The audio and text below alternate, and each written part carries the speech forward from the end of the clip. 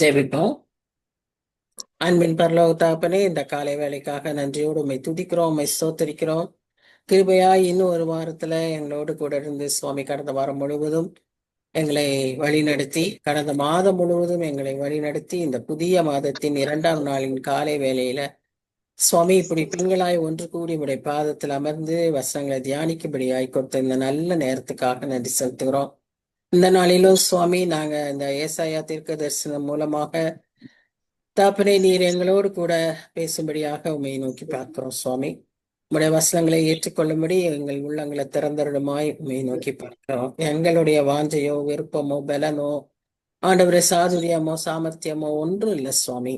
எல்லாம் உம்முடைய சுத்த கிருபை. நீர் ஆண்டவரே எங்களுக்கு உதவி செய்யாவிட்டால் எங்களால் ஒன்றும் செய்ய முடியாது சுவாமி. ஆவியானவர் இந்த நேரத்தை பொறுப்பேற்றுக் கொள்ளும்.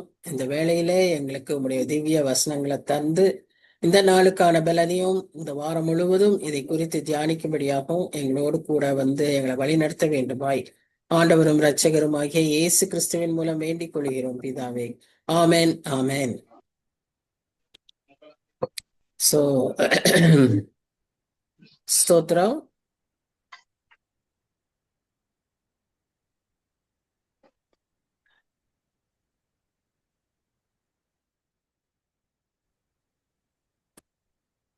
கர்த்தருடைய பரிசுநாமத்துக்கு ஸ்தோத்திரம் உண்டாவதாக. உங்கள் அனைவரையும் இந்த நாளிலும் திரும்பவும் சந்திக்கும்படியாக கொடுத்த ஜீவன் சுகம் பலனுக்காக நான் நன்றி செலுத்துகிறேன். நீங்கள் ஒவ்வொருவருமே நல்ல சுகத்தோடு பலத்தோடு இருப்பீங்க. இந்த புதிய மாதத்தை புது வாக்கு தத்தங்களோடு புதிய கிருபைகளோடு தொடங்க கர்த்தர் உதவி செய்திருக்கிறார். இந்த நாளிலும் நாம் தொடர்ந்து அந்த ஏசாயா தீர்க்க தரிசன புத்தகம் 1ஆம் அதிகாரத்தை தியானிக்க இருக்கிறோம். ஏசாயா தீர்க்க தரிசன புத்தகம் 1ஆம் அதிகாரம் 4 வசனங்களை கடந்த நாட்கள்ல பார்த்தோம். இப்பொழுது 5ஆம் வசனத்திலிருந்து நாம் தொடருவோம். சரியா? 5ஆம் வசனம். இன்னும் நீங்கள் ஏன் அடிக்கப்பட வேண்டும்? அதிகமாய் விலகி போகிறீர்களே. தலையெல்லாம் வியாதியும் இருதயமெல்லாம் பலட்சியுமா இருக்கிறது. உள்ளங்கால் தொடங்கி உச்சந்தலை மட்டும் அதிலே சுகமே இல்லை. அது காயமும் வீக்கமும் கொதிக்கிற ரணமும் உள்ளது. அது சீல் பிதுக்கப்படாமலும் கட்டப்படாமலும் எண்ணெயினால் ஆற்றப்படாமலும் இருக்கிறது. சரி. இப்போ இந்த முதல் 4 வசனங்களை வேற விதமா பேசிக்கிட்டு இருந்தாரு. நீ எனக்கு விசேஷமானவள், நீங்க எனக்கு நான் உங்களை பெயர் சொல்லி அழைத்திருக்கிறேன் அப்படின்னு எல்லாம் சொன்னார். அழைத்திருக்கிறேங்கிறதே ஒரு பெரிய ஒரு தத்துவம். அழைப்பு, கர்த்தரின் அழைப்பு. அது அது ஒரு பொறுப்பு. கர்த்தரின் அழைப்பு ஒரு பொறுப்பு. அது நம்ம மற்ற மாதிரி கிடையாது. அடுத்தது கர்த்தரின் அழைப்பு பர்சனல், தனிப்பட்ட விதத்துல ஒவ்வொருவருக்கும் ஒவ்வொரு விதமாய் கர்த்தர் அழைக்கிறார். அடுத்தபடியாக கர்த்தருடைய அழைப்புல பொறுப்பு இருக்கு, ஒரு தனிப்பட்ட விதமா இருக்கு. அடுத்தது அதுல ஒரு ஸ்பெசிபிக், ஒரு குறிப்பிட்ட நோக்கத்துக்காக அழைக்கப்பட்டிருக்கிறது என்று சொல்லி கூட நம்ம பார்க்கிறோம். பொதுவான அழைப்பு இருக்கு, தனிப்பட்ட அழைப்பு இருக்கு, குறிப்பிட்ட அழைப்பு இருக்கு. அதே போல பொறுப்புள்ள அழைப்பு. அழைப்பு என்பது பொறுப்பு. சரி, அது கர்த்தருடைய அழைப்பை பற்றி நம்ம இந்த நாட்கள்ல பார்த்தோம். இப்பொழுது நாம் 5ஆம் வசனத்துல என்ன பார்க்கிறோம்னு சொன்னா, அந்த டோனே தீர்க்க தரிசனது மாறுது. இந்த தீர்க்க தரிசன புத்தகம் படிக்கிறதற்கு நமக்கு ஒரு சில மனப்பக்குவம் தேவை. அதாவது நாம் எப்படி அத செய்ய படிக்கணும் என்றால், தீர்க்கதரிசிகள் சொல்லுவது அந்த காலகட்டத்திற்கு பொருந்தும். உடனே ஒரு சில 100 ஆண்டுகளுக்குள்ள நடக்கிற ஒரு காரியங்களா இருக்கும். வெகு நாட்களுக்கு பிறகு 1000 ஆண்டுகள் கழித்தும் கூட நிறைவேறுகிற காரியங்களை சொல்லுவதா இருக்கும். அப்படிதான் தீர்க்க தரிசனங்கள் எல்லாம் உரைக்கப்பட்டிருக்கிறது. அதனால அப்பப்பவே இருக்கிற ஒரு அர்த்தத்தோடு நம்ம படிக்கிறது பத்தாது. நாம் எல்லாவற்றையும் இப்படி ஒரு தொலைநோக்கு கண் பார்வையோடு தான் அதை பார்க்க வேண்டும். அடுத்ததாக நாம் முக்கியமாக பார்க்க வேண்டியது என்னன்னு சொன்னா, தீர்க்க தரிசனங்கள் இந்த புத்தகங்களை அது ஒழுங்குபடுத்தினவங்களா அல்லது அது டிரான்ஸ்லேட் பண்ணவங்களான்னு தெரியாது. ஆனா வந்து அது வந்து அடுத்தடுத்து சீக்வென்ஸா வராது. ஒரே நிமிஷம், ஒரு ஃபோன் எடுத்துட்டு வந்துடுறேன்.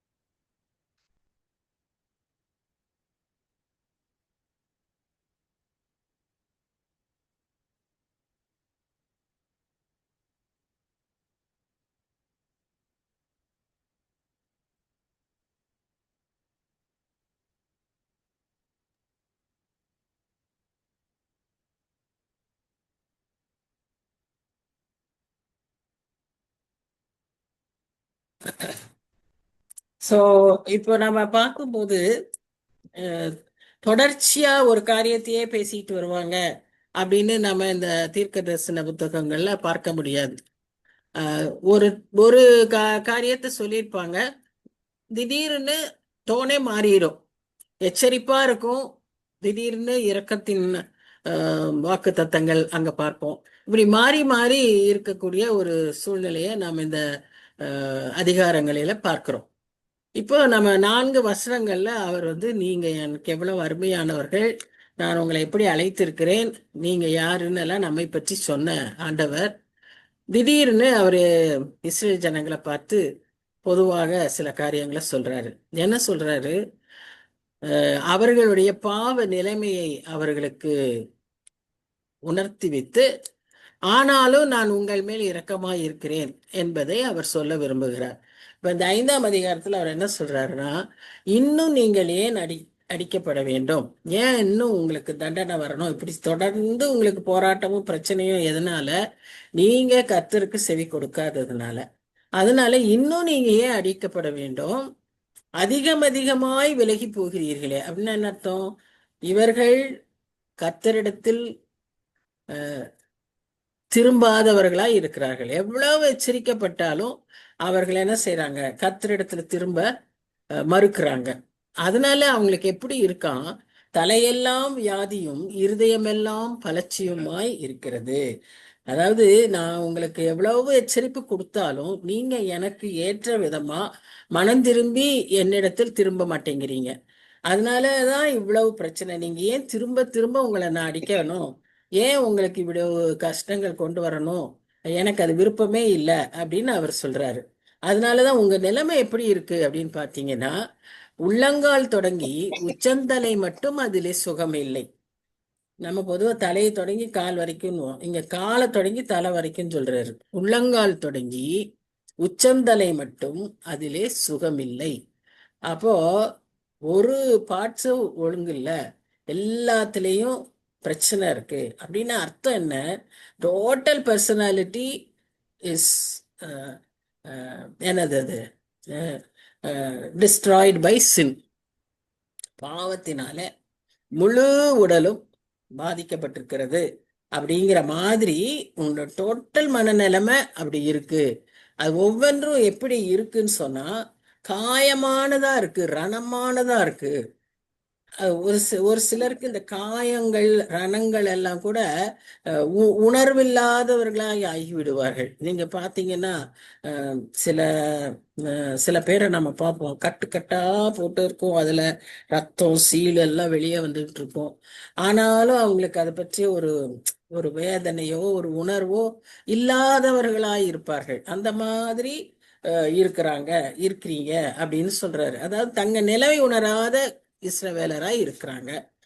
அப்போ அது ஆறப்படணும்னு சொன்னா, அது சுகப்படணும்னு சொன்னா, இந்த காயம் எல்லாம் என்ன செய்யப்படணும்? நல்ல சீல் எண்ணெயினால ஆற்றப்படணும்.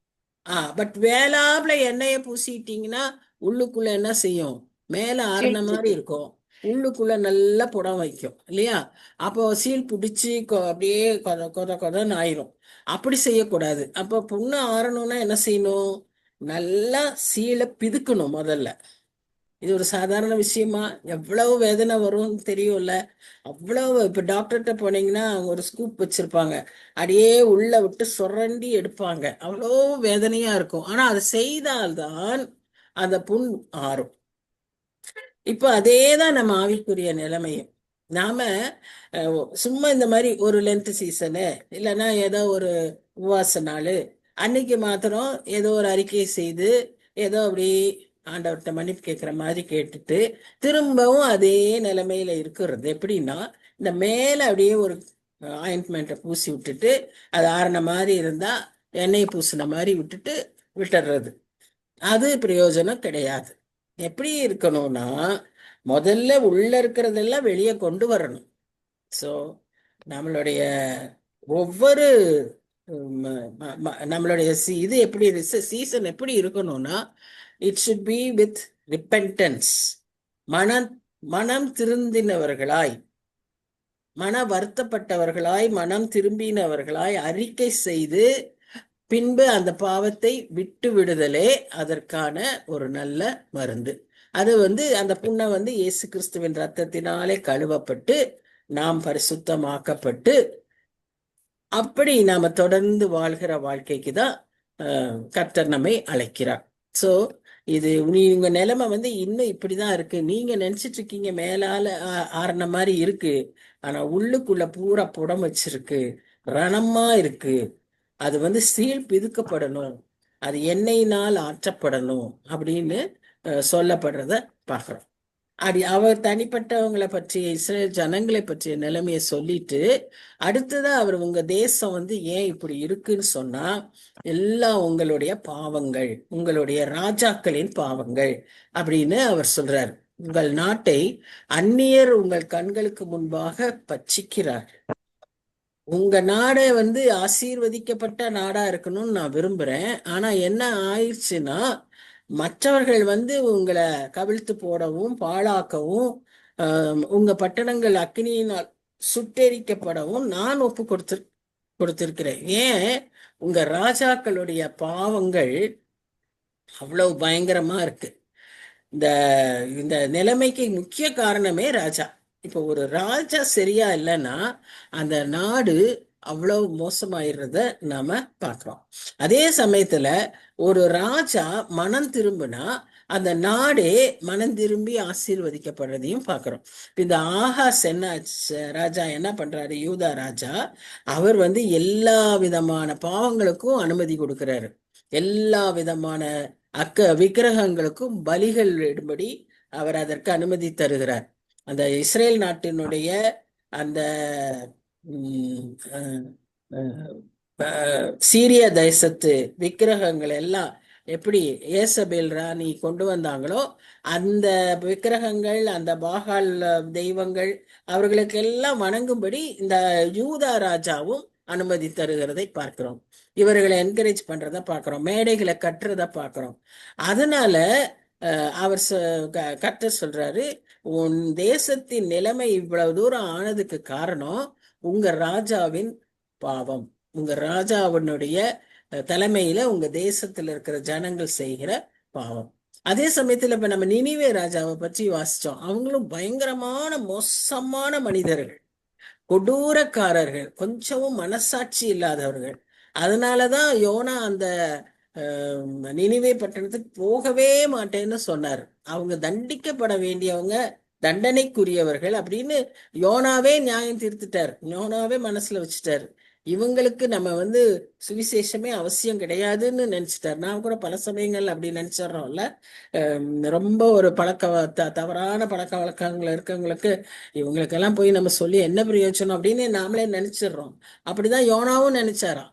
ஆனா அந்த ராஜா ஒரு மனம் திரும்பின அந்த ஒரே ஒரு இன்சிடென்ட் தான் அந்த அந்த நாட்டுக்குள்ள ஒரு நல்ல காரியம். அதுக்கப்புறமும் முன்னாலேயும் சரி பயங்கரமான மக்கள். அந்த நாட்கள்ல அந்த ஒரு ராஜா மனம் திரும்பி இருக்கார். மூணே நாள் தான் அந்த நகரத்தை சுத்தி வந்தாரு. ஒரே ஒரு பிரசங்கம் தான் செய்தாரு. ஆனா அதற்கு அந்த ராஜா கீழ்ப்படிந்து, கீழ்ப்படிதல் அவசியம். அதுதான் கிறிஸ்தவ வாழ்க்கையில எந்த ஆசீர்வாதத்துக்கும் முதல் படி கீழ்ப்படி. அந்த கீழ்ப்படிதல் நமக்கு மிக மிக அவசியம். அவர் கீழ்ப்படிந்து உடனே அவர் என்ன செய்யறாரு? அவரே ரெட்டுடுத்து உட்கார்ந்துடுறாரு சாம்பல்ல. ஆடு மாடு எல்லாமே அந்த தேசத்துக்காக, ஏன்னா அவங்க பாவங்கள் பயங்கரம், அத்தனை பேருடைய இரத்த பழிகள் அவங்க மேல இருக்கு. அதனால அவங்க கேட்டாங்க, அவர்களுக்கு கர்த்தர் மன்னிக்கிறதை பார்க்கிறோம். அப்போ எந்த பாவமும் மன்னிக்கப்படும். எவ்வளோ பயங்கரமா இருந்தாலும் கர்த்தர் இரக்கம் பாராட்டுவார். நீ மனம் திரும்பினால், நீ கர்த்தரண்டை திரும்பினால். அதுதான் செய்தி. இந்த ஜனங்கள் அதை செய்யவில்லை. இவர்கள் மனதை கடினப்படுத்தினார்கள். இவர்கள் அந்த இத்தனைக்கும் வாக்குத்தத்தம் பண்ணப்பட்ட தேசம், வாக்குத்தத்தம் பண்ணப்பட்ட மக்கள். சொல்றாருல, நீ என்னுடையவள் அப்படின்னு சொல்றாருல, அப்படி சொல்லக்கூடிய அந்த ஜனங்கள் கர்த்தரிடத்தில் திரும்புவதற்கு மனம் இல்லாமல் இருந்தார்கள். இப்ப அடுத்ததா நாம இங்க என்ன பார்க்கிறோம்னு சொன்னா, ஒரு ஒரு பிக்சரை காமிக்கிறார். ஒரு இமேஜரி ஒரு ஒரு சிச்சுவேஷனை அவர் உருவாக்கி விளக்கி சொல்றாரு. இந்த தீர்க்கதரிசிகளுக்கு கர்த்தர் செய்திகள் வித்தியாசமா கொடுப்பாரு. அவர்களையே செய்ய வைப்பாரு, டெமான்ஸ்ட்ரேட்டிவா செய்ய சொல்லுவாரு. சிலதை அப்படியே பிக்சர் மாதிரி காமிக்க சொல்வாரு. சிலதை பாடல் மாதிரி பாட சொல்வாரு. வித்தியாசமா தீர்க்கதரிசிகளை கர்த்தர் அந்நாட்களிலே பயன்படுத்தி இருக்கிறார். ஏன்னா அன்னைக்கு இருந்த மக்களுடைய அண்டர்ஸ்டாண்டிங் அவ்வளவுதான். இன்னைக்கு இருக்கிற டெக்னாலஜி, இன்னைக்கு இருக்கிற இந்த மாடர்ன் இன்டெலிஜென்ஸ் அன்னைக்கு இல்லை. இப்போ இந்த மக்களை பார்க்கும்போது இங்கேயும் அதுதான் நம்ம பார்க்குறோம். இப்போ ஒரு இமேஜினிக் சிச்சுவேஷனை கொண்டு கொண்டு வந்திருக்காங்க. அந்த சிச்சுவேஷன்ல எப்படி இருக்குன்னு சொன்னா, ஒரு பெரிய திராட்சை தோட்டத்திலையும் வெள்ளரி தோட்டத்துக்குள்ள ஒரு குடிசை. இந்த நிலைமை ஊர் எப்படி இருக்கு? பாழாய் இருக்கிறது. பட்டணங்கள் எரிக்கப்பட்டிருக்கு, முற்றுகை போடப்பட்டிருக்கு. அப்படிப்பட்ட ஒரு சூழ்நிலை. இதை சொல்லும்போது நிச்சயமா அந்த ஊர் அப்படி கிடையாது. எலியா சொல்லுகிற காரியங்கள், சாரி, ஏசாயா சொல்லுகிற காரியங்கள் நிறைவேறுகிறது எப்போன்னு சொன்னா, அவர் சொல்லி 200 வருஷங்களுக்கு அப்புறம் தான். ஆனா அவர் அப்பவே அந்த சிச்சுவேஷனை சொல்றாரு. அப்போ இந்த நோவா காலத்துல வெள்ளம் வருது வெள்ளம் வருதுன்னா மக்களுக்கு புரியவே இல்லைன்னு சொல்றாங்க பாத்தீங்களா? அந்த மாதிரி தான். ஏன்னா அவங்க அவ்வளவு செழிப்பா பாவத்துல பெருகி நிக்கிறப்போ இந்த மாதிரி ஒரு சிச்சுவேஷன் எருசலேம் இருக்குதுன்னு சொன்னா யார் கேட்பா? இப்ப அவர் அதுல ஒரு சூழ்நிலையே சொல்றாரு. என்னது அது? ஒரு அந்த மாதிரி எரிஞ்சு நிக்கிற இடத்துல ஒரு சின்ன திராட்சை தோட்டத்துல ஒரு வீடு, அதுல ஒரு குடிசை. அந்த குடிசையில ஒரு ஒரு சீயோன் குமாரத்தி உட்கார்ந்துருக்கான். ஒரு சின்ன ஒரு குடிசையில ஒரு கொஞ்சம் பேரோட அந்த சீயோன் குமாரத்தி உட்கார்ந்துருக்கான்னு ஒரு இமேஜரி சிச்சுவேஷனை சொல்றாரு. அர்த்தம் என்ன? இப்படி சுற்றி எரிஞ்சு பாழாய் போயிருந்தாலும் கொஞ்ச ஜனங்களை தமக்கென்று கர்த்தர் காத்து வைத்திருக்கிறார். இதுதான் இந்த புத்தகத்தின் மைய செய்தி. ஏசாயா புத்தகத்தின் மைய செய்தியே remnants, salvation of the remnants. கர்த்தருக்கென்று மீந்திருக்கிற ஒரு சின்ன ஜனம். இன்னைக்கு சுற்றி சுற்றி பயங்கரங்களும் போரும் யுத்தமும் காரியங்களும் நடந்தாலும் ஒரு கொஞ்சம் கூட்டம், சின்ன கூட்டம், கர்த்தருக்கென்று பிரித்தெடுக்கப்பட்ட, கர்த்தருக்காய் வாழ்கிற, கர்த்தருக்கென்று தங்களை தியாகம் செய்கிற, கர்த்தருக்கென்று தங்கள் கழுத்தை கொடுக்கிற அப்படிப்பட்ட ஒரு கூட்டம் கர்த்தருக்காய் வாழ்கிறது. கர்த்தர் அதை காப்பாற்றுகிறார். கர்த்தர் அவர்களுக்கு எல்லா பாதுகாவலையும் தருகிறார். அந்த அந்த ஒரு பிக்சரை தான் இந்த இடத்துல காண்பிக்கிறார். இந்த இடத்துல அவர் சொல்றாரு. அந்த 8ஆம் வசனத்துக்கு அதான் அர்த்தம். 9ஆம் வசனத்துல என்ன சொல்றாரு? நமக்கு கொஞ்சம் மீதியை வைக்காதிருந்தால் நாம் என்னவா இருப்போம்? சோதோம் கொமாரா போல் போயிருப்போம். சோதோம் கொமாராவில் இருந்த அந்த 4 பேரை இழுத்துட்டு வெளியே வந்துட்டார் இல்லையா? கையை பிடிச்சு இழுத்துட்டு வெளியே வந்துட்டார். ஆனாலும் அந்த ஒரு பாதுகாப்பை அனுபவிக்க அந்த அம்மாவுக்கு முடியல. அந்த பிள்ளைகளும் நாசமா போனாங்க. ஆனா அந்த ஆபத்திலிருந்து தப்பிச்சார்கள். இப்போ அந்த மாதிரி கர்த்தர் அவர் பிள்ளைகளை காப்பதில் உண்மை உள்ளவராய் இருக்கிறார். அந்த மீதி கூட்டம் எத்தனை பேரு? அங்க 4 பேரு, ஒரு குடும்பம். இப்ப நாம நம்ம நிலைமையை கொஞ்சம் யோசிச்சு பார்க்கணும். நாம் இன்னைக்கு இருக்கிற சூழ்நிலைகள்ல இப்படி காப்பாற்றப்படுவோமா? நமக்கு இவ்விதமான நாம் அந்த குடும்பத்தின் அப்படி கர்த்தரால் பாதுகாக்கப்படுகிற ஒரு சிறு கூட்டமாய் நாம் இருப்போமா? கர்த்தருக்கென்று நாம் அப்படி பிரித்தெடுத்து வாழ்ந்து கொண்டிருக்கிறோமா? இதற்கெல்லாம் அடிப்படை என்ன? அவருடைய சத்தியத்துக்கு கீழ்ப்படிந்து அவரை சொல்லுகிற திட்டத்தை, சித்தத்தை நிறைவேற்றுகிறவர்களாய் நாம் இருக்கும்போது நமக்கு அந்த குட்டி கொஞ்சம் பேரா இருந்தாலும் சரி, ஒரே ஒரு குடும்பமா இருந்தாலும் சரி, மீறி போனா கடைசியில ஒரு தனி மனிதனா இருந்தாலும் சரி. ஏன்னா நிறைய இடத்துல இந்த புத்தகத்திலே வாசிப்போம், கர்த்தர் ஒரு மனிதனை தேடுகிறார். ஒரே ஒரு மனிதனா இருந்தாலும் சரி. எசேக்கியேல். ஆமா, எசேக்கியேல்ல ஒரு மனிதத்தை இங்கேயும் தேடுறாரு. இங்கேயும் கூட சொல்லுவாரு, விண்ணப்பிக்கிறதற்கு ஒருவன் இல்லை என்று கண்டேன், 59ஆம் அதிகாரத்துல சொல்லுவார். சோ இப்படி நாம பார்க்கிறோம், ஒரு மனிதனை தேடுகிற ஆண்டவர் கர்த்தராய் இருக்கிறார். சோ நம்ம அந்த ஒரு மனிதராக, அந்த ஒரு கூட்டம், ஒரு மனிதரா இருந்தா ரொம்ப செல்ஃபிஷ். இந்த இன்னைக்கு காலகட்டத்துல அது இயேசு கிறிஸ்துவுக்கு முன்னால ஒரு மனிதன், இன்றைக்கு இயேசு கிறிஸ்துவுக்கு பின்னால அவர் செய்த தியாகத்தை அறிந்த ஜனங்களாகிய நாம் நாம் என்ன செய்யணும்? மேசியாவை கண்டோம், மேசியாவை அறிந்திருக்கிறோம், மேசியாவை குறித்து வாசிக்கிறோம், வாக்குத்தத்தம் பண்ணப்பட்டிருக்கிறோம், உடன்படிக்கையின் கிறிஸ்தவர்கள், புது உடன்படிக்கையின் கிறிஸ்தவர்கள். நாம் ஒரு பெருங்கூட்டத்தை ஆயத்தப்படுத்த வேண்டியவர்களா இருக்கிறோம். நாம தனியா நிக்கிறதுக்கல்ல, அழைக்கப்படல. நாம நம்ம குடும்பத்தை ஆதாயப்படுத்தி இருக்கணும், இன்னும் ஒரு பெருங்கூட்டத்தை ஆதாயப்படுத்தினவர்களாய் நாம் காணப்பட வேண்டும். அதுதான் நம்முடைய பொறுப்பு. அதுக்குதான் நமக்கு நமக்கு கொடுக்கப்பட்டிருக்கிற அழைப்பு, அந்த அழைப்பின் அர்த்தம். சோ இப்போ நம்ம இந்த வசனத்துல அதை தான் நாம பார்க்கணும். அந்த ஆகாஷ் செய்த பாவங்கள், ஆகாஷ் செய்த குற்றங்கள் எல்லாம் நீங்க பாத்தீங்கன்னா அது 2 நாளாகமும் 28ஆம் அதிகாரத்துல தெளிவா எல்லா பற்றி சொல்லியிருக்கு. டைம் இருக்கும்போது எடுத்து வாசிச்சு பாருங்க. அவர் எவ்வளவு பாவங்களை துணிகரமாய் அவர் செய்யவும் அவர் ஜனங்களை செய்யவும் வைத்தார். இப்ப நம்ம ஒரு லீடரா இருக்கிறோம்னு சொன்னா, ஒருவேளை லீடராகவோ அல்லது ஒரு குடும்ப தலைவர்களாகவோ தலைவிகளாகவோ அல்லது ஒரு சிறு கூட்டத்துக்கு முக்கியமான ஒரு பொறுப்பாளர்களாகவோ எப்படியாக இருந்தாலும் நம்முடைய ரோல் மாடல், நம்முடைய உக்ரானத்துவம் பெரிது. நமக்காக அந்த கூட்டத்தை காப்பாற்ற உண்மையுள்ளவராய் இருக்கிறார் ஆண்டவர்.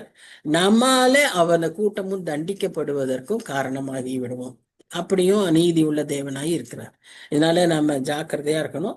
ஆகாச பற்றி நம்ம இந்த 2 நாளாகவும் 28ஆம் வசனத்துல அவருடைய எல்லா 28ஆம் அதிகாரத்துல அவருடைய காரியங்கள் எல்லாமே நாம பார்க்கிறோம். சோ யூதா நிலைமை அவ்வளவு சோதோம் கொமோராவுக்கு ஒத்த நிலைமையாய் அன்றைய நாளில இருந்தபடியினால அதை சோதோம் கொமோராவை அழிப்பதை போல நான் இதற்கு அழிவு வரக்கூடாதுன்னு தான் சொல்லி கர்த்தர் இரக்கம் பாராட்ட வேண்டுமாய் இந்த தீர்க்கதரிசியை அனுப்பி எச்சரிக்க சொல்கிறார். அப்படி எச்சரிக்கிறப்பதான் அவர் அந்த ஒரு சின்ன கூட்டத்தை அவர் தெரிந்து கொள்கிறார். ஒரு சிறு கூட்டம், அதுல கர்த்தருக்கு உண்மையா இருக்கணும்னு நினைக்கிற அந்த மக்களை அவர்களை பாதுகாப்பதில் இருக்கிறதாக பார்க்கிறோம். இப்போ இந்த ஜனங்களையே அவர் எப்படி குறிப்பிடுறாருன்னா, சோதோமின் அதிபதிகளே. அப்படின்னா சோதோம் நாட்டு மக்கள் அன்னைக்கு எவ்வளவு துணிகரமான பாவங்களை செய்து கொண்டிருந்தார்களோ அதே விதமா இவர்களும் பாவங்களை செய்கிறாங்க. உடனே நம்ம அந்த அன்னைக்கு பார்த்த சோதோமில் பார்த்த குற்றங்களே இங்க இருக்கா? அப்படி இல்லை. அப்படிதான் இருக்கணும்னு அவசியம் இல்லை. இருக்கலாம், அதுவும் இருக்கலாம். இவர்களுடைய சூழ்நிலையில இவங்க செய்யற பாவம் அதுக்கு ஈக்குவலா இருக்கு. கண்ணுல மனதுல நீங்க ஒரு மனுஷனை கொலை செய்யணும்னு கையை வச்சு செய்யணும்னு இல்ல, மனதிலேயே நீங்க கொலை செய்திட முடியும், கண்ணுலயே நீங்க பாவம் செய்திட முடியும் அப்படின்லாம் சொல்றாங்கல்ல. அந்த மாதிரிதான். அதே பாவமா இங்க இல்ல, ஆனா இவங்க செய்யற பாவங்கள் அப்படி இருந்ததுனால அவர் என்ன சொல்றாரு? சோதோமின் அதிபதிகளே, கர்த்தருடைய வார்த்தையை கேளுங்கள், கொமோராவின் ஜனமே நமது தேவனுடைய வேதத்துக்கு செவி கொடுங்க. சோ அழைப்பு என்ன? Listen to the word of God. கர்த்தருடைய வார்த்தைக்கு கீழ்ப்படிதல் அவசியம். கர்த்தருடைய வார்த்தை அவ்வளவு வல்லமை உள்ளது, ஜீவன் உள்ளது. அது ஊனையும் கணுக்களையும் பிரிக்கிற மாதிரி நம்முடைய எண்ணங்களை எல்லாம் அது பிரித்து ஆராயக்கூடிய வல்லமை உள்ளது. பரிசுத்தப்படுத்த வல்லமை உள்ளது. சும்மா வேதத்தை வாசிச்சுக்கிட்டு இருங்க, சும்மாவே வசனத்தை வாசிங்க, மனப்பாடம் பண்ணுங்க, மனப்பாடம் பண்ணாதீங்க, ஆனா வாசிச்சுக்கிட்டே இருங்க. You will have some effect in your life. அதுதான் நம்ம இந்த வசனத்துல பார்க்கிற காரியம். 11ஆம் வசனம் என்ன சொல்றதுன்னா, இதெல்லாம் நீங்க செய்யாம, இதுல எல்லாம் நீங்க உண்மையா இல்லாம, அதை பின்பற்றாம சும்மா பலி மாத்திரம் செலுத்தி என்ன பிரயோஜனம்? இன்னைக்கு நிறைய பேருக்கு, கிறிஸ்தவர்களுக்கு இருக்கக்கூடிய பிரச்சனை என்னன்னா, காணிக்கையை கொடுத்துட்டா, கர்த்தருக்கு நாம காணிக்கையை கொடுத்துட்டா, கர்த்தருக்காக உபவாசம் இருந்துட்டா, கர்த்தருக்காக எதுக்கு இருக்கீங்க? கர்த்தருக்காக எல்லாம் இப்படி செஞ்சா நம்ம சாட்டிஸ்ஃபை பண்ணிடுவோம், கர்த்தரை நம்ம திருப்திப்படுத்திடுவோம். அப்ப நமக்கும் விக்கிரகத்தை வணங்குகிற ஜனங்களுக்கும் என்ன வித்தியாசம்? தேங்காய் உடைப்பேன், வாழைப்பழம் பண்ண வைப்பேன், அக்னியில நடப்பேன், எல்லாம் ஒண்ணுதான். அவங்க சொல்றதும் நம்ம சொல்றதும் அப்போ ஒண்ணுதான். நம்ம கடவுள் அப்படிப்பட்டவரா? நமக்காக அவர் தன்னை தியாகம் பண்ணினவர், நம்மை தேடி அவர் வந்தவர். எவ்வளவு வித்தியாசமான கடவுள்! நம்மேல் அவ்வளவு அன்புள்ள கடவுள், தண்டிக்கிற கடவுள் அல்ல, இரக்கமுள்ள கடவுள். அப்போ அவருக்கு நாம என்ன செய்ய வேண்டும்? ஆனா இவர்கள் சொல்லுகிற விதமாகவே அன்றைக்கே அந்த மக்கள் அப்படி இருந்திருக்காங்க. பலிகளின் திரள் எனக்கு எதுக்கு? நிறைய பலி செலுத்திட்டா நீ இவ்வளவுக்கு செலுத்துறியா, நான் அதை விட செலுத்துறேன். நீ இவ்வளவு ஆடு வச்சிருக்கியா, நான் அதை விட ஆடு வைக்கிறேன். இதுதான் அவங்களோட ஆட்டிடியூடா இருந்தது.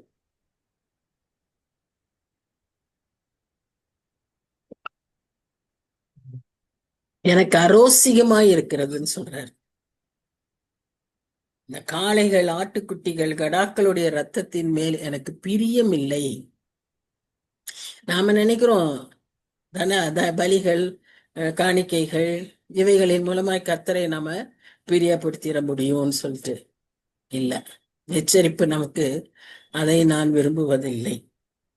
எனக்கு வேண்டியது உண்மையுள்ள, மனத்தாழ்மையுள்ள, கர்த்தருக்கு பயந்த இருதயம், அவர் வார்த்தைக்கு கீழ்ப்படுகிற இருதயம். நாம் உண்மை இல்லாதவர்களா இருக்கும் போதே நம்மை உண்மை உள்ளவர்கள்னு அவர் நம்ப ஆயத்தமா இருக்காரு. ஆனா நாம இவ்விதமாய் அவரை ஏமாத்தி கொண்டே இருப்போமானால், துரோகம் செய்து கொண்டே இருப்போமானால், அவர் என்ன செய்வார்? அவர் கையை உற்றுவர், அவ்வளவுதான். God was sick of them all. அவர்கள் அரோசிகமாய் இருந்தது அப்படின்னு அவர் சொல்றாரு. ஸோ இன்னைக்கு இருக்கிற எல்லா விதமான ரிச்சுவல்ஸ், செரிமனிஸ் எல்லாமே கர்த்தர் விரும்புவதே இல்லை. அதையெல்லாம் அவர் அபாமினேஷனா அவர் அதை கருதுகிறார். சர்ச் அட்டண்டன்ஸ், காணிக்க, இதெல்லாம் கர்த்தரை பிரியப்படுத்தும்னு நம்ம நினைக்க முடியாது. என்னன்னாலும் நான் கோயிலுக்கு ஓடிடுவாங்க சில பேர். அந்த கோயில் எதுக்கு ஓடுறாங்க? நான் கோயிலுக்கு ஓடிடணும் அப்படிங்கிற ஒரு கட்டுப்பாடு. நல்லது, நல்லது.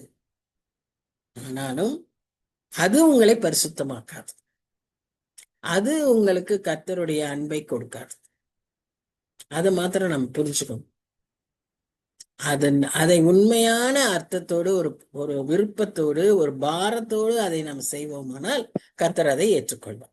அதை திரும்ப திரும்ப without the right heart God hates all rituals, all ceremonies and all service. கர்த்தருக்கு அது பிரியமே கிடையாது. கர்த்தரை நாம் இவைகளை கொண்டெல்லாம் பிரியப்படுத்தவே முடியாது. இப்ப அடுத்து இன்னும் சில கேள்விகளை டைரக்டா கேட்டுக்கிட்டே இருக்காரு பாருங்க. நீங்க சந்நிதியில் வரும்போது என் பிரகாரங்களை இப்படி மிதிக்க வேண்டும் என்று உங்களிடத்தில் கேட்டது யார்? இந்த மாதிரி எல்லாம் ஒரு பெரிய ரிச்சுவல் இருந்திருக்கு. இதை எடுத்து வைக்கணும், கால் எடுத்துக்கணும். இன்னைக்கு நம்ம பார்த்தோம்னா நம்மள கூட நிறைய இப்படி ரிச்சுவல்ஸ் இருக்கிறத நாம பாக்குறோம். ஒரு நிமிஷம்.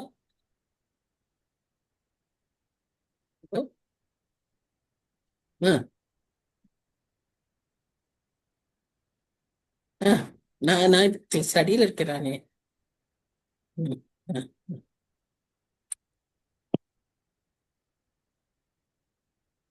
அப்போ நம்ம என்ன பார்க்கிறோம்னு சொன்னா, இங்க சந்நிதியில வரும்போது என் பிரகாரங்களை இப்படி மிதிக்க வேண்டும் என்று உங்களிடத்தில் கேட்டது யார்? டாடி, வெளியே பாருங்க. யாரு?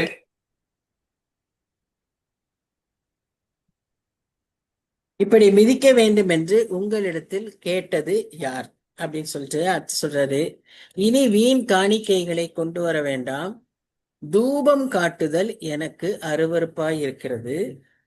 நீங்கள் அக்கிரமத்தோட ஆசரிக்கிற மாத பிறப்பையும் ஓய்வு நாளையும் சபை கூட்டத்தையும் நான் இனி சகிக்க மாட்டேன். எவ்வளவு தெளிவா சொல்லிட்டார் பார்த்தீங்களா? எனக்கு அருவருப்பா இருக்கு, என்னால எதுவுமே சகிக்க மாட்டேன். நம்ம எல்லாத்தையும் நம்ம இதெல்லாம் அனுசரிச்சிட்டோம்னா, இதெல்லாம் நம்ம சரியா செஞ்சிட்டோம்னா நாம என்ன பண்ணிடுவோம்? கர்த்தரை பிரியப்படுத்திடுவோம், கர்த்தர் நமக்கு ஆசீர்வதிப்பார் அப்படின்னு நமக்கு ரொம்ப ஒரு தவறான எண்ணம், கர்த்தரை பற்றிய ஒரு தவறான எண்ணம் இருக்கு. இதெல்லாம் எனக்கு வருத்தமா இருக்குன்றாரு கர்த்தர். அதனால இதை நான் செய்யக்கூடாதா அப்படி சொல்லவே இல்லை. நம்ம ரைட் ஆட்டிடியூட்ல செய்யாம ஒரு கடமையாக ஒரு பாரம்பரியமாக அதை நாம் செய்யும் போது கர்த்தர் அதை எனக்கு வருத்தமா இருக்குன்னு சொல்றார். இவைகளை சுமந்து இளைத்து போனேன் அப்படின்னு அவர் சொல்றார். அப்போ நாம நம்மளுடைய எல்லாவற்றிலும் கர்த்தர் எதை எதிர்பார்க்கிறாருன்னா attitude. God looks for our right attitude. சரியான மனப்போக்கோடு நம்முடைய காரியங்களை நாம் செய்ய அழைக்கப்படுகிறோம். இது நமக்கு ஒரு எச்சரிக்கை. இன்றைக்கு சொல்றார், நாம இதெல்லாம் எனக்கு எம்டி, இதுல எல்லாம் எனக்கு ஒரு சந்தோஷம் கிடையாது, இதெல்லாம் எனக்கு பிரியமும் கிடையாது, இதெல்லாம் நீ செய்யலைன்னா நீ பாவியும் கிடையாது, அதையும் புரிஞ்சுக்கணும். இதெல்லாம் நீ செஞ்சதுனால நீ பரிசுத்தவானும் கிடையாது, நீ கர்த்தருக்கு ரொம்ப நெருக்கம் கிடையவே கிடையாது. ஏன்னா கர்த்தரே அதை விரும்பல. அது நீ சரியான விதத்துல செய். இதெல்லாம் நீ செய்யற கற்றுக் கொடுத்ததே கர்த்தர் தான். இதெல்லாம் பலிகள் செலுத்து, இந்த நாளை ஆசரி, அந்த செய்யின்னு அவர் தான் சொல்லி கொடுத்துருக்காரு. ஆனா அதை சொல்லி கொடுத்த விதத்துல அதே பரிசுத்தத்தோடு அதை செய்யணும். நம்ம மனசுல சரியா இல்லாம இதெல்லாம் செஞ்சு திருப்திப்படுத்திட முடியாது அப்படிங்கிறத அவர் சொல்றாரு. 15ஆம் வசனத்துல பாருங்க, நீங்கள் உங்கள் கைகளை விரித்தாலும் என் கண்களை உங்களை விட்டு மறைக்கிறேன், நீங்கள் மிகுதியாய் ஜெபம் பண்ணாலும் கேளேன், உங்கள் கைகள் இரத்தத்தினால் நிறைந்திருக்கிறது.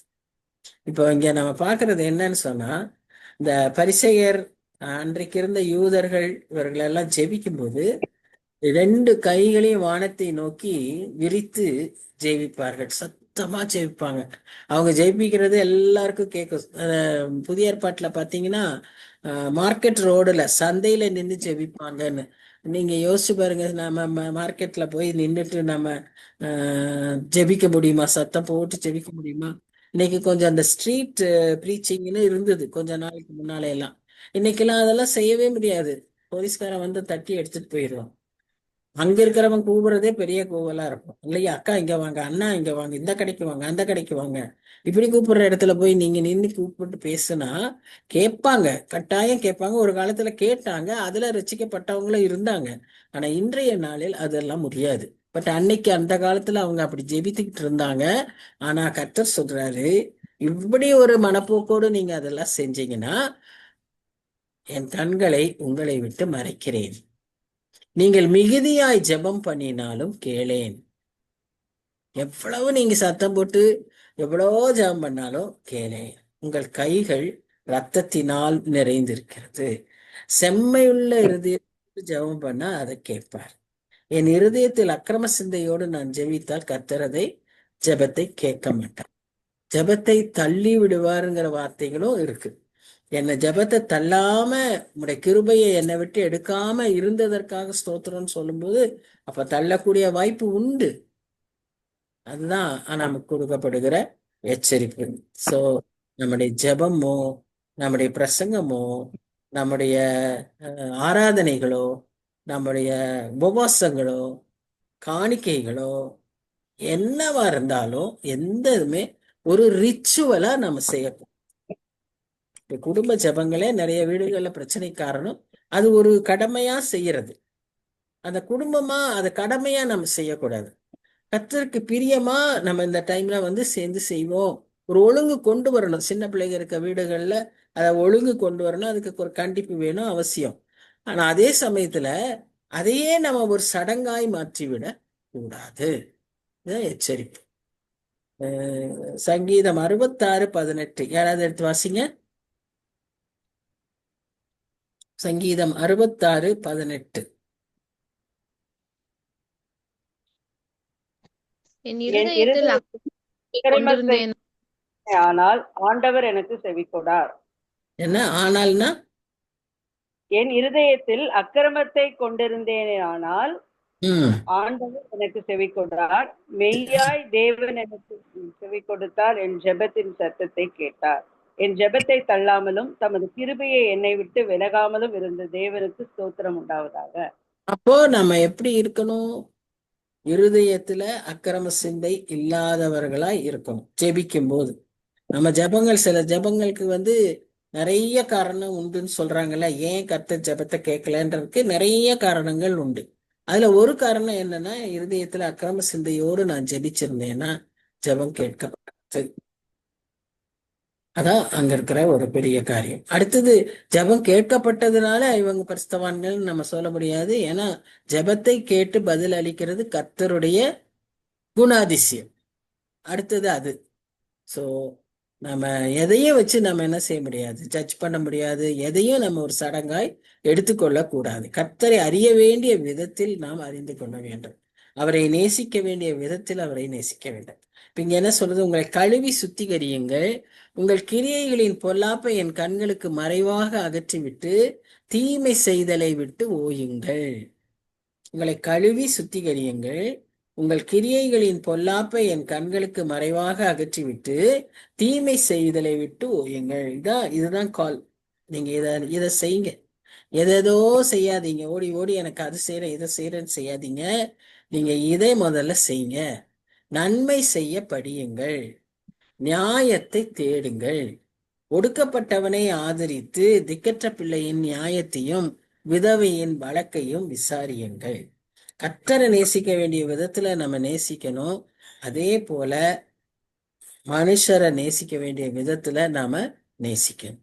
அதுவும் இந்த புத்தகத்துல அதிகமாய் இந்த சிறியவர்களுக்கு உதவி செய்வது, சிறுமைப்பட்டவர்களுக்கு செய்கிற உதவிகள், இதை குறித்து அதிகமாய் நாம் இதுல வாசிப்போம். ஏசாயா காலத்துல அந்த காரியத்தை ரொம்ப கர்த்தர் வற்புறுத்தி சொல்லியிருப்பார். ஏன்னா மேசியாவுடைய ஒரு நோக்கமே அதுதான். குருடனுக்கு கண்ணை திறக்கவும், சிறைப்பட்டவர்கள் காவல் விடுவிக்கவும், அப்படி எளியவர்களுடைய வழக்காடவும், அதுக்காக தான் கர்த்தர் இந்த உலகத்துக்கே வந்தார்னு நம்ம இந்த புத்தகத்தின் மூலமா அறிந்து கொள்கிறோம். சோ இதுல நம்ம முக்கியமா அவர் சொல்ற காரியம் என்னன்னா, திக்கற்ற பிள்ளையின் நியாயத்தையும் விதவியின் வழக்கையும் விசாரியுங்கள். அப்படின்னா என்ன? அவர்களை நீங்க கண்டும் காணாமல் இருக்காதீங்க. அவங்களுக்கு செய்ய வேண்டிய உதவிகளை செய்யுங்க. அவங்களுக்கான என்னென்ன செய்ய முடியுமோ அதை நீங்க செய்ய முயற்சிங்க. நியாயத்தை தேடுங்க, நன்மை செய்ய படியுங்க அப்படின்னு சொல்றத நம்ம பார்க்கணும். சரி, 1 யோவான் 4ஆம் அதிகாரம் 20ஆம் வசனத்துல நாம பார்க்கிறோம். என்ன சொல்றாங்க? நான் கர்த்தரை நேசிக்கிறேன் அப்படின்னு சொல்லிட்டு கண்ணுக்கு தெரிஞ்ச சகோதரனை நீ நேசிக்கலனா, கண்ணுக்கு தெரிஞ்ச சகோதரனா உடனே குடும்பத்துல இருக்கிற சகோதரன் மாத்திரம் இல்ல, இன்னைக்கு குடும்பத்துல இருக்கிற சகோதரனையே நேசிக்க மாட்டேங்கிறாங்க. அது ஒரு காரியம். அடுத்ததா, இந்த மாதிரி தேவையுள்ள மக்களுக்கு உங்களுடைய அவங்க நம்ம அன்பு செலுத்தாம இருப்போமானா, அப்ப கண்ணுல காணாத கர்த்தரை நம்ம எப்படி நேசிக்க முடியும் அப்படின்னு தான் அங்க கேள்வி. 1 யோவான் 4ஆம் அதிகாரம் 20ஆம் வசனம். அதுல அப்படிதான் வாசிக்கிறேன். யாரா வாசிக்கிறீங்களா? தேவனிடத்தில் அன்பு கூறுகிறேன் என்று ஒருவன் சொல்லியும் தன் சகோதரனை பகைத்தால் அவன் பொய்யன். தான் கண்ட சகோதரனிடத்தில் அன்பு கூறாமல் இருக்கிறவன் தான் காணாத தேவனிடத்தில் எப்படி அன்பு கூறுவான்? தேவனிடத்தில் அன்பு கூறுகிறவர்கள் சகோதரனிடத்திலும் அன்பு கூற வேண்டும் என்று இந்த கற்பனையை அவராலே பெற்றிருக்கிறோம்.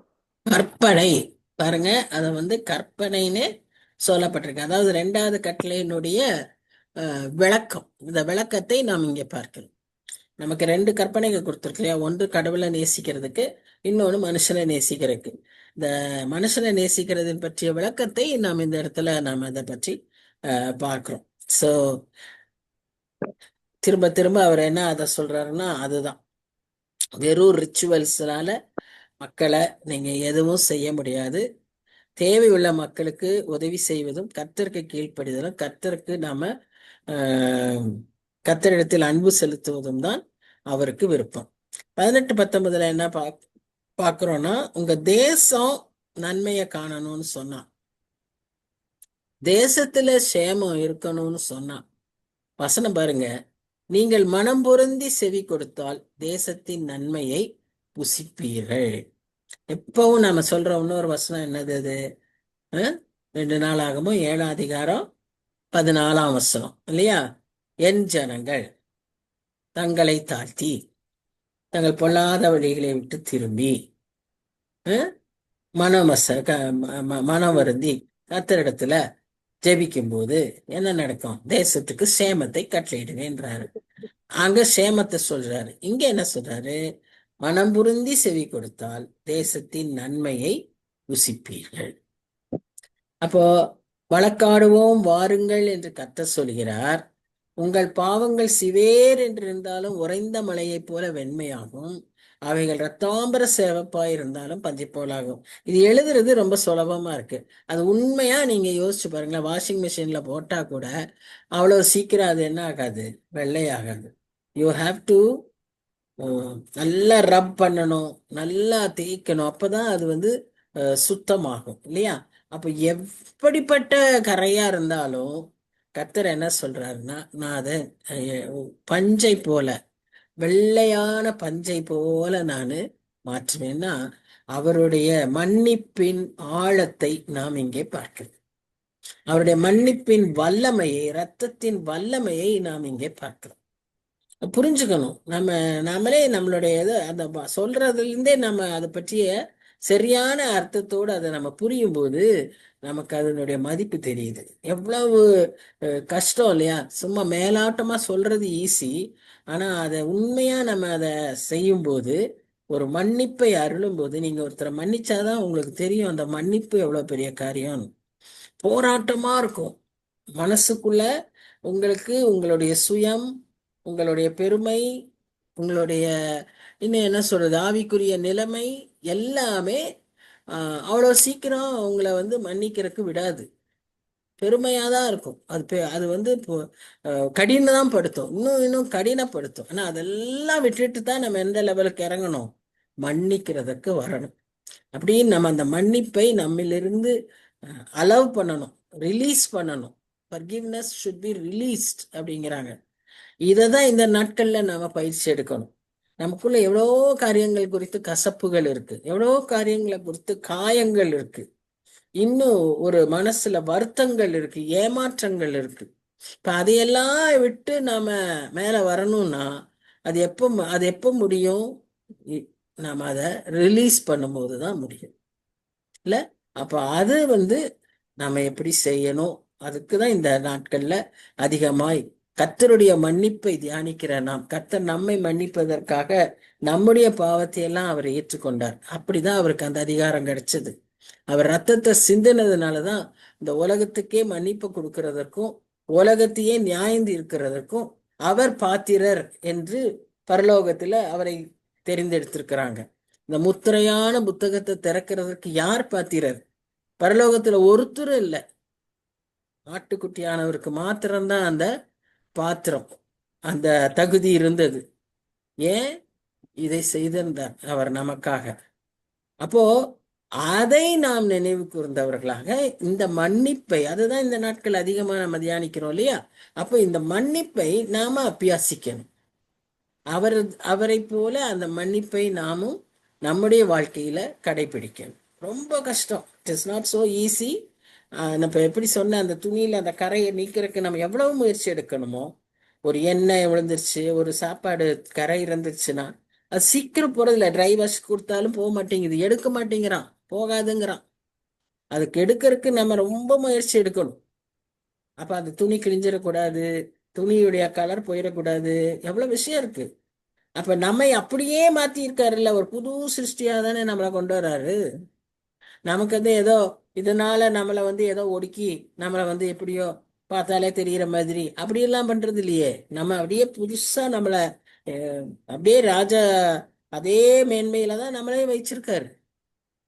அப்ப எப்பேற்பட்ட அன்புள்ள ஆண்டவர், எவ்வளவு வல்லமை உள்ளது அவருடைய ரத்தம், எவ்வளவு பெரிய மன்னிப்பு. இதை தியானித்து நாமும் அந்த மன்னிப்பை கடைபிடிக்க அழைக்கப்படுகிறோம். அடுத்ததா இந்த எருசலேம் நகரத்தை பற்றி சொல்றாரு. ஜனங்களை பத்தி பேசினாரு, இப்ப நகரத்துக்கு வந்திருக்காரு. உண்மையுள்ள நகரம் எப்படி வேசியாய் போயிற்று. அது நியாயத்தால் நிறைந்திருந்தது, நீதி அதில் குடிக்கொண்டிருந்தது. சாலேம் அப்படின்னாலே சமாதானம் அர்த்தம். எருசலேம், சாலேம் நகர். ஆனா இப்ப என்னாச்சு, அதன் குடிகள் கொலை பாதகர். உன் வெள்ளி களிம்பாயிற்று. அப்படின்னா என்னன்னு தெரியும்ல, இந்த கொலுசு போடுறவங்களுக்கு எல்லாம் தெரியும். வாங்கும்போது பல பல பலன்னு வெள்ளையா இருக்கும். ஒரு ஒருத்தர் உடம்புக்கு ஏற்ற மாதிரியும் பொதுவாகவுமே காற்றுப்பட்டு தண்ணி பட்டு ஒரு வருஷத்துக்குள்ள அது என்ன ஆயிரும், கருகருன்னு ஆயிரும். உன் வெள்ளி களிம்பாயிற்று, உன் திராட்சரசம் தண்ணீர் கலப்பானது. உன் பிரபுக்கள் முருடரும் திருடரின் தோழருமாய் இருக்கிறார். அவர்களில் ஒவ்வொருவனும் பரிதானத்தை விரும்பி கைக்கூலியை நாடி திரிகிறான். திக்கற்ற பிள்ளையின் நியாயத்தை விசாரியார்கள், விதவையின் வழக்கு அவர்களிடத்தில் ஏறுகிறதில்லை. திக்கற்ற பிள்ளையின் நியாயத்தை விசாரியார்கள், விதவையின் விளக்கு அவர்களிடத்தில் ஏறுகிறதில்லை. அவங்க அதை பற்றி கவலையே படுறதில்லை. ஒருவேளை இன்னைக்கு இருக்கிற நம்மளுடைய பெரிய பெரிய அதிகாரிகள் பணக்காரர்கள் எல்லாம் இந்த மாதிரி தான் இருக்காங்க. அவங்களுக்கெல்லாம் புரியவே புரியாது, இப்படியெல்லாம் கஷ்டம் இருக்குமா, இதுக்கு கூட கஷ்டப்படுவாங்களா, இவ்வளவுதான் அவங்களுக்கு முடியுமா அப்படின்லாம் அவங்களால நினைச்சு பார்க்கவே முடியாது. ஏன்னா அவங்களுக்கு இருக்கிறதெல்லாம் அவங்க நிறைவா இருக்காங்க. அவங்களுக்கு எந்த தேவையும் இல்லை. அதனால மற்றவங்களை பற்றி அவங்களுக்கு நினைக்கிறக்கே நேரமே இல்லை. அப்படிப்பட்டவர்களா தான் அந்த நகரம் மாறிவிட்டது. அது ஒரு ஒரு காலத்துல கர்த்தருடைய நகரமா, கர்த்தருக்கு பிரியமா, கர்த்தருக்கு ஏற்ற ஒரு நகரமா இருந்தது. இப்ப அந்த நகரம் வந்து ஒரு விபசார நகரம் மாதிரி ஆகிவிட்டது. ஏன் அதை திருமணம்னு சொல்ல எல்லாத்தையும் ஒப்பிட்டு சொல்றாருன்னா, திருமண உறவு அவ்வளவு முக்கியமான உறவு இல்லையா, பரிசுத்தமான உறவு. அதுல வேற கலப்படமே வரக்கூடாத ஒரு உறவு. அதனாலதான் அவர் வந்து ஒரு பக்திக்கோ ஒரு கிறிஸ்துவை பின்பற்றுகிறவர்களுக்கோ கிறிஸ்துவும் சபைக்கோ அந்த உறவை அவர் ஒப்பிட்டு சொல்லுகிறார். நம்ம வேதத்துல திருமணத்திற்கு அவ்வளவு முக்கியத்துவம் உண்டு. இதை நிறைய பேரு புரிஞ்சு கொள்ள மாட்டேங்கிறாங்க. கிறிஸ்தவங்களே புரிஞ்சுக்க மாட்டேங்கிறாங்க. அதுக்கு ஒரு பெரிய ஒரு கர்த்தர் அதற்கு அவ்வளவு முக்கியத்துவத்தை கொடுத்திருக்கிறார். அதுல வேற எந்த விதமான விரிசலோ ஒரு பிரிவினையோ அல்லது வேறு கலப்படமோ வரக்கூடாது. இன்னைக்கு பேப்பர்ல சர்வசாதாரண சகட்டு மேனிக்கு அதுதான் இருக்கு, எல்லாமே இருக்கு. நம்ம பேசினா அது ரொம்ப தப்பு. ஆனா நமக்கு தெரியும், எல்லாருக்குமே தெரியும், எல்லா நிலைகளிலும் இன்றைக்கு இது எவ்வளவு பயங்கரமாகி விட்டது என்று சொல்லி நாம பார்க்கிறோம். அது வந்து ஒரு விக்கிரகத்தை கர்த்தரை விட்டு இன்னொரு விக்கிரகத்தை வணங்குகிற ஒரு நிலைமைக்கு அர்த்தம்.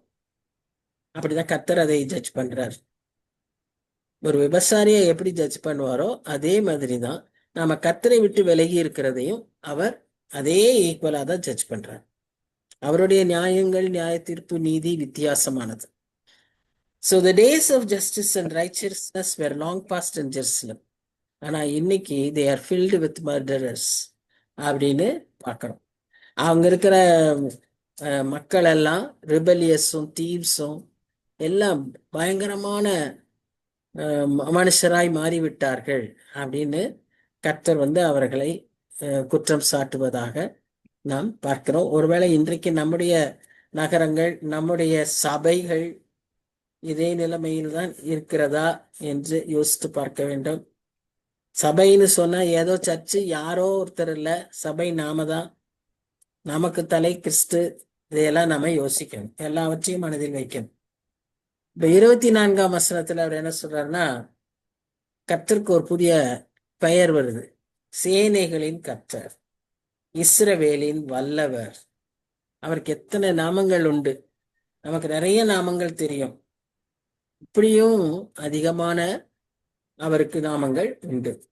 அப்ப சொல்லுகிறதாவது, ஓஹோ, நான் என் சத்துருக்களின் கோபம் மாறி என் பகைஞருக்கு நீதியை சரி கட்டுவேன். முதல்ல எல்லாம் எச்சரிச்சிட்டாரு.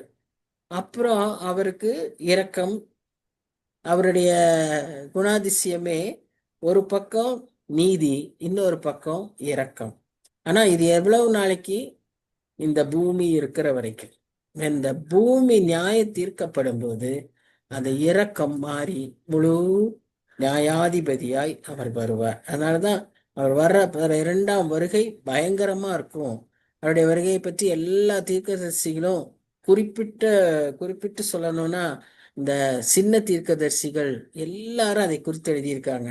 எழுதினவங்க எல்லாம் அந்த நாளை குறித்து பயங்கரமா தான் சொல்றாங்க. ஏன்னா அன்றைக்கு இரக்கத்தையே பார்க்க முடியாது. அன்றைக்கு அவர் நீதியுள்ள தேவனாய் வருவார். அவருடைய கோபாக்கினையை நம்மால் சந்திக்க முடியாது. அந்த கோபாக்கினையினுடைய முன்சுவையாதான் வெளிப்படுத்தல் விசேஷத்துல யோவான் எழுதி வைத்திருக்கிறார். எப்படி அவருடைய கோபாக்கினை இருக்கும்னு சொல்லி, முத்திரையாக, கலசமாக, எக்காலமாக, அப்படியெல்லாம் அந்த மாதிரி அந்த அந்த விதங்களில 7 விதங்களில அவருடைய கோபாக்கினை பூமியின் மேல் ஊற்றப்படும். அப்போ இரக்கமே இருக்காது. இரக்கமெல்லாம் இந்த பூமி அவர் வரும் வரைக்கும் காத்திருக்கிற நாட்கள்ல. இப்ப உடனே அவர் இரக்கத்துக்கு வந்துட்டாரு. அவர் என்ன சொல்றாருன்னா, என் கையை உன்னிடமாய் திருப்பி உன் களிம்பு நீங்க உன்னை சுத்தமாய் புடமிட்டு உன் ஈயத்தை எல்லாம் நீக்குவேன் என்று சொல்கிறார். இந்த வசனத்தோட நான் நிறுத்திக்கிறேன். 25 வசனம். இதுக்கப்புறம் இருக்கிறத நம்ம நெக்ஸ்ட் வீக் பார்க்கலாம். இப்ப இந்த இடத்துல நம்ம பார்க்கிற முக்கியமானது, நான் சொன்னது போல, அவர் நம்மை அவரிடம் திரும்ப அழைக்கிறார். நம்ம என்ன நிலைமையில இருந்தாலும் சரி, நாம ஒருவேளை ரட்சிக்கப்பட்டு நல்ல பரிசுத்தவான்களாய் இருந்தாலும், நாமும் நம்மில் இருக்கக்கூடிய களிம்பு என்ன என்று கண்டறியப்பட வேண்டிய நாட்கள் இது. கேட்டோம்னா காண்பிப்பார். நமக்கு முடியலையா, நம்மாலே யோசிக்க முடியல, நம்மாலே எதுன்னு தெரிஞ்சுக்க முடியலையா, கேளுங்க, காண்பிப்பார். இது உன்னிடத்துல இருக்கு, இதை நீ போடு. இது எனக்கு தகாதது, இதை எடுத்து போடு. உனக்கு தெரியலையா? கர்த்தர் கேட்பார். வேதத்தை வச்சு பிரட்டி பாருங்க. அப்போ நமக்கு தெரியும் எங்கெங்க நாம இன்னும் பரிசுத்தப்பட வேண்டும், இன்னும் நாம கர்த்தருக்கு பிரியமா நடக்கணும் அப்படின்னு நாம கேட்கும்போது அவர் நமக்கு அந்த களிம்பை நீக்குவார். களிம்பு நீக்கிறதுனா என்ன தெரியுமா? அதை அப்படியே என்ன செய்யணும்? வெள்ளிய குகையில புடமிடுவார்கள், தங்கத்தை அக்னியில புடமிடுவார்கள். அந்த வெள்ளிக்கு ஒரு வேளை புஷ்னு ஊதி அக்னி புகையா ஸ்மோக்ல வெள்ளி ஆக்குவாங்க போல. இதை அப்படியே நெருப்புலயே போட்டு எடுப்பாங்க போல. எப்படியா இருந்தாலும் நம்ம பொண்ணோ வெள்ளியோ நம்ம பொறுத்தது. ஆனா நம்மகிட்ட இருக்கிற கழிவு அசுத்தம், அது சுத்தமாக்கணும். அதுக்கு கர்த்தருடைய பரிச்சை அக்னிக்குள்ள போய் ஆகணும். அலோவ் பண்ணுங்க, என்னை சுத்திகரிங்க, என்னை சுத்தப்படுத்துங்கன்னு. கர்த்தரை சுத்தப்படுத்த வைத்து கர்த்தருடைய சுத்தப்படுத்துதல் அது சிக்ஷைக்குரியதா இருக்கும். அது ஒரு சில சமயம் வேதனைக்குரியதானதா இருக்கும். அது ஒருவேளை ரொம்ப நம்ம சீல் பிதுக்கிற மாதிரி இருக்கும். எப்படியா இருந்தாலும் அலோவ் பண்ணாதான் அந்த காரியம் வெளியே நம்மை மிகவும் தாழ்த்து, மிகவும் நம்ம தர மட்டத்துக்கு கொண்டு வரும். அப்பத்தான் கர்த்தர் கிருபை, அவர் பாதுகாப்பு நம்மை சூழும். இந்த செய்தியோடு நான் இதை முடிக்கிறேன். அடுத்த வாரம் திரும்ப இதை தொடருவோம்.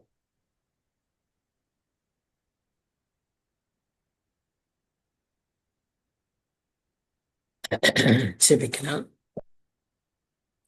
நல்ல ஆண்டவரே, நன்றி செலுத்துகிறோம் சுவாமி. எங்களோடு கூட பிரத்யட்சமாய் விடைபெறுகிற கிருபைக்காக நன்றி. சொல்லப்படுகிற காரியங்களை நாங்கள் ஆண்டவரே இப்படி ஆகிலும் அபியாசிக்க எங்களுக்கு உதவி செய்ய சுவாமி. நாம் தகப்பனே மேலும் மேலும் நாங்கள் பரிசுத்தமாக இன்னும் எங்களுடைய அன்பை வெளிப்படுத்த, உம்மை நேசிக்க எங்களுக்கு கிருபை தாரும். எங்களிலே நீர் இருந்து மகிமைப்படும், வெளிப்படும். ஆண்டவரே நாங்கள் எங்களை உம்முடைய சமூகத்துல தாழ்த்துகிறோம். கிருபை தாரு சுவாமி, கிருபை தாரு. இன்னொரு வாய்ப்பை கொடுக்குறீங்க, இன்னொரு வருஷத்தை கொடுத்துருக்கீங்க. எப்படியாவது இதை நாங்கள் பிரயோஜனப்படுத்திக் கொள்ள எங்களுக்கு உதவி செய்யுங்க. தாழ்த்தியுடைய கருத்தை கொடுக்கிறோம், பொறுப்பேற்றுக்கொள்ளும். நேசிக்கிற இயேசு கிறிஸ்து மூலமாய் வேண்டிக் கொள்கிறோம் பிதாவே. ஆமென், ஆமென். So, you everyone, Thank you. God bless you all, God bless you all. நிறைய பேர் தொடக்கத்துல இருந்தாங்க, காணோம். இப்ப தொடக்கத்துல அவங்க மட்டும் நிறைய பேர் இருந்தாங்க, காணோம். இருந்தாங்க. இப்ப அவங்க பண்ணிருக்காங்க அங்க இருந்து